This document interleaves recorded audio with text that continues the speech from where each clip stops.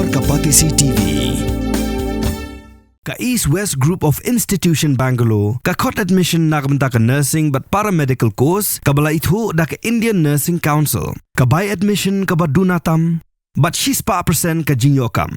Pila ru ban apply da ka education loan. Usembut Menteri Rambak Kejelab Asngab Halang Dhar ulaong baka National People's Party kalapan krea nak benta ka Elekshon MP Shiteng Samoi ha Shillong Lok Sabha constituency bat Shen kan sa Pynbna ya Kyrtong jong ka parti ha kejikran bagi lapat hai kubor upa Dhar ulaong baka parti kan sa Shong Jingalang pan shime ka rai halor kini ka benta. We are well prepared.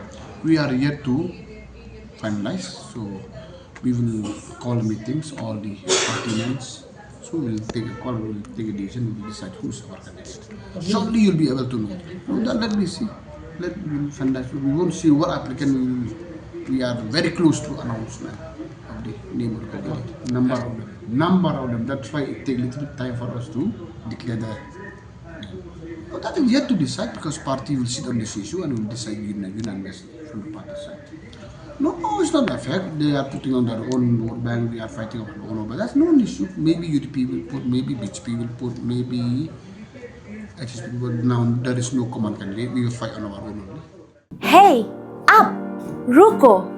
Shwa ba finshet da ka jo shi ka jo ko umpnyang balapin don kam.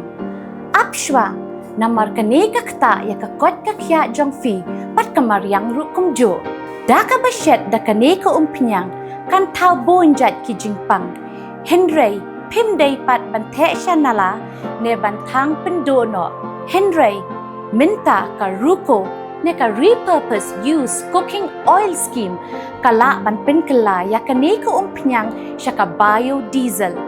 Tinamar kata limba ka ruko kakot kakya pat kamaryang ru kan umktasyo.